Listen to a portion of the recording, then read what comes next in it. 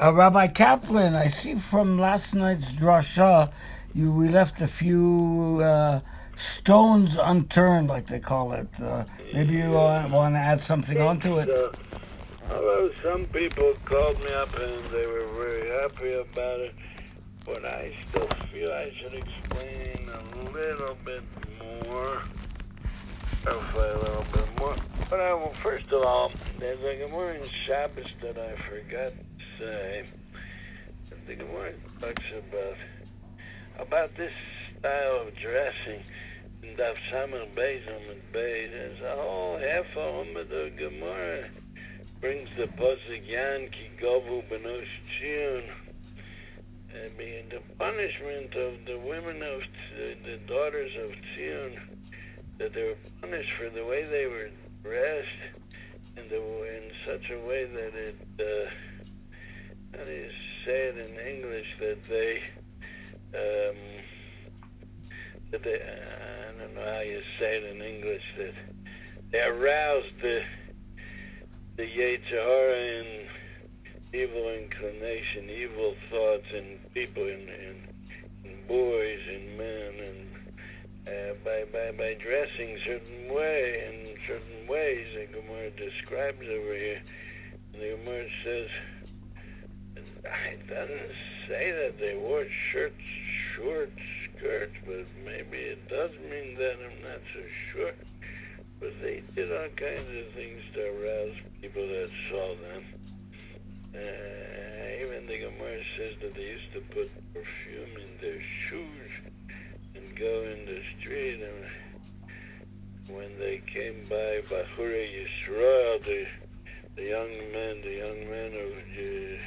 of Rabbi Kaplan, what? Speak a little louder, please. And when they used to put a small tube of perfume in their shoes, and when they went by the young men, so they stepped on it, and the perfume spread a strong smell, and it put a Yetzer Hara into them, and it started burning in them. The Gemara says on these people, on these girls and women, that they're going to be punished, that their skin is going to be full of sores, and the place that they wore these fancy clothes is going to become boils and boils, and all kinds of punishments along those lines. Okay, I can't take this Gemara and show it to that woman. She just said, well, I feel like doing like this. You see, this nowadays we're in such a low situation that what are you going to say to somebody? There is a God, there isn't a God, like Rab Noach Weinberg used to do. I'll prove to you that there is a God. They're like, so what? Nowadays the answer to that is, you prove me there is a God, so what? And then you say, well, if there is a God, he must have given a Torah, because he's not going to just leave you without knowing how you're supposed to live your life. Yeah, oh, that makes sense. So what if it makes sense? I feel like doing this and doing that. I feel like having sex, and that's it. And enjoy myself and go to somebody else every night. The kids to be a goy. What do you think? For me, it's that easy. I'm divorced. I live by myself. It's not easy sometimes. But what do? I try to fight it by learning Torah. And learn, and you read it. You say the word, and sometimes you get distracted from all kinds of thoughts come to the mind. So you keep forcing yourself to say the words and think out loud, and eventually it goes away. And there's other H's. Well, boy, don't you see it? Now, again, I want to say that people might have asked, I don't know if they might have asked, you didn't answer her question. She's asking a good question. A man can divorce a woman can't divorce a man. Well, what a good question. Another question. I own my body. Of course, she holds like the Minchas Chinuch against Baal Tanya. Rav Zevin seems to, if you look it up over there, in his Sefer Lar Halacha, he sides with the Baal Tanya and brings Gemorahs. Okay, he goes like the Baal Tanya. Minchas Chinuch was not a small. So let's say the Minchas Chinuch says you do own your body. They own your body. But of course, he's not saying it because the Minchas Chinuch says it. He's saying it because a goy said it. The goyim said that I own my body, I can do what I want. That's why she's saying it. Wow. Well, those goyim watched how 6 million Jews were killed, and they sat back and they didn't care. And those goyim, we're gonna bring from them. We're gonna say, oh, they think that way. I guess I'm gonna use that way of thinking and also go like that. I own my body. I can do what I want. I can reveal everything, and it's just fun and pleasure. Now, the truth, I don't understand what the pleasure is. There might be a pleasure to look at that. I could understand. For the woman herself, what pleasure does she have? What, everybody's gonna look at everybody? I don't understand, but there's certain thing my daughter once said to me about how women, they spend so much time on shopping for clothing. My daughter said to me, you'll never understand it, so don't even bother to think about it. Very good. Anyway, but I'm saying, again, the same thing. Don't you see how small it is? So what I don't have to answer these questions. I own my body. I can do what I want. Why can't a woman can't divorce a man can divorce a woman?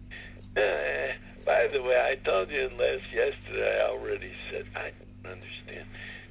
Whoever said that a girl can learn, my granddaughters learned ballet, and they didn't finish. They're young girls, but they enjoyed the movement.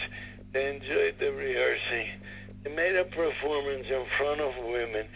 I asked my daughter, is it sneistic? She said it was 100% sneistic. And the woman that teaches it is a frum woman. So what's wrong? So what did they have to tell her she can't? I don't understand. But okay. So she lived in a world where people made mistakes around her. Again, what I'm showing you now, to answer all these questions, I'll leave it for those other people that had to answer the questions. That couple, Solomon, so they answered her as if you're going to answer her, you tell her, by us, we don't feel like women are second-class citizens. She'll say, well, so she can always answer back, but I did feel like I'm a second-class citizen. Boom. Ef Shilo Bavram, Lo Belokov, said Lot. Lot saw that it's not so smooth. His shepherds have to be a little bit careful not to let their animals graze in other people's fields, because Avram Avinu understands, or his shepherds also understand, that the land does not yet belong to Jewish people, doesn't yet belong to Avram. So you can't just be a shepherd and sit out there in the field and dream. You have to watch that your sheep shouldn't go into other people's fields. It's a little bit difficult. I have to be alert. I have to watch the sheep. Difficulty F Shilo Bavrom Lo Belukov. I'll leave everything and goodbye. Of course, we don't understand who Lot was. We have no idea what those people were.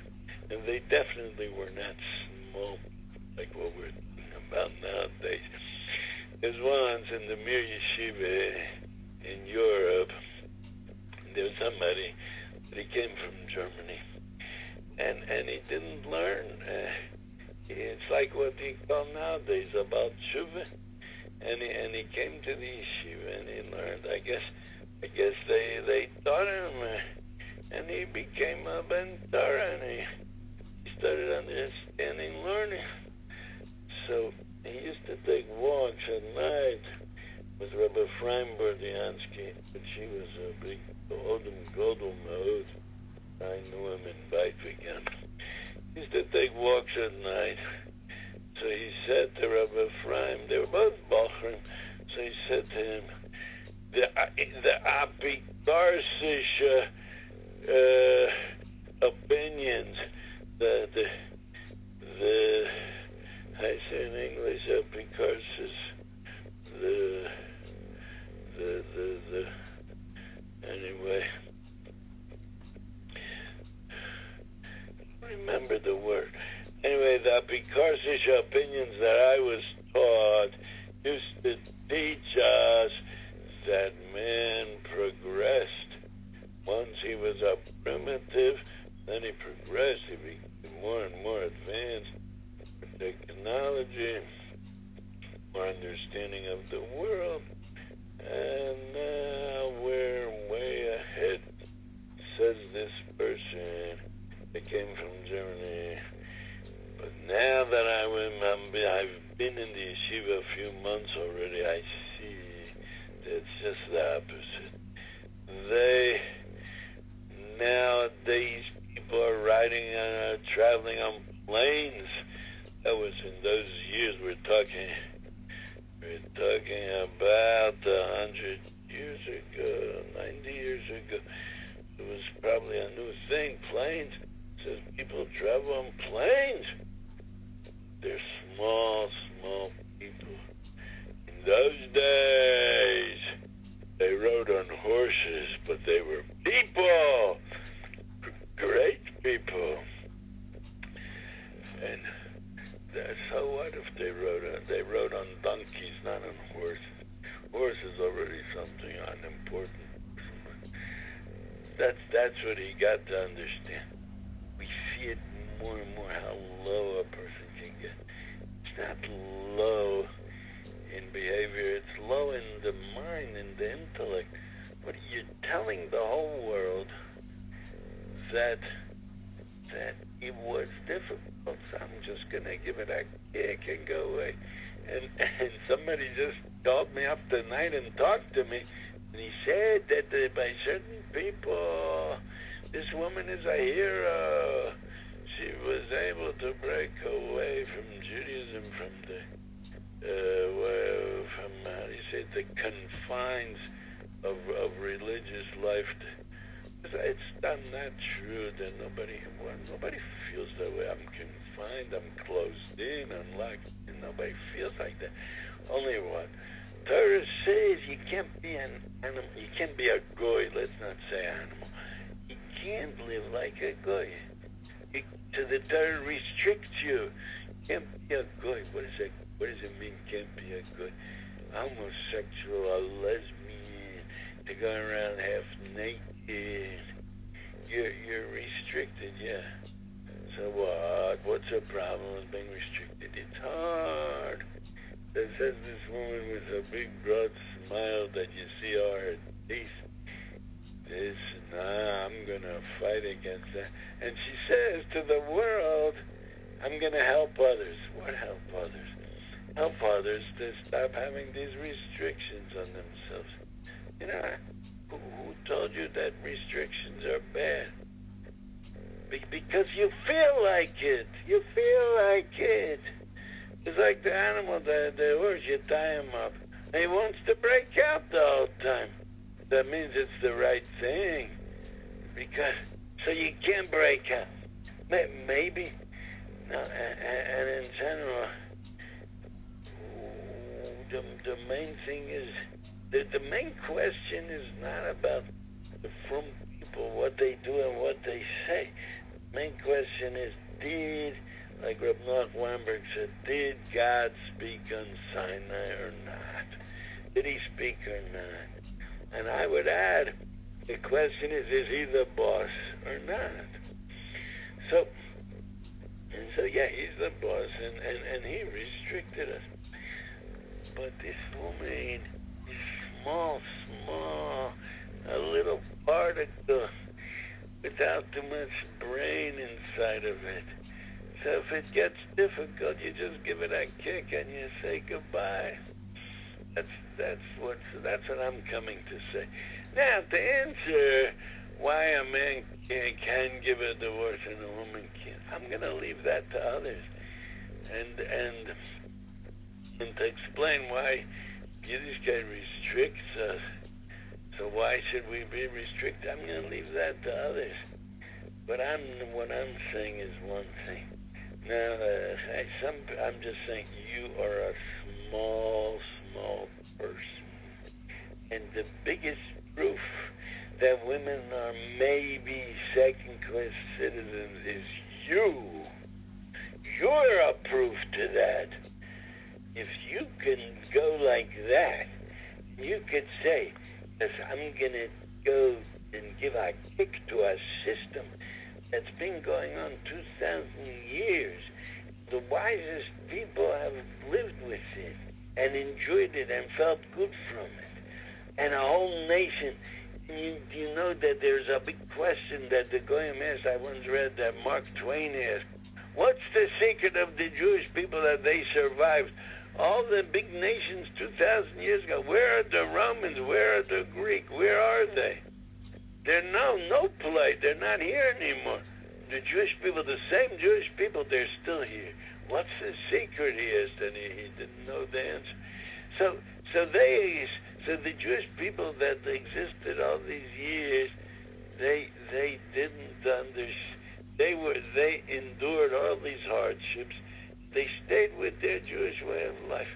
Comes along a small particle, says, no, I'm not going to go along with that. It's just too hard. It's too difficult. I'm going to leave that and take my children with me. Don't you see that you're a small person? How can anybody listen to you?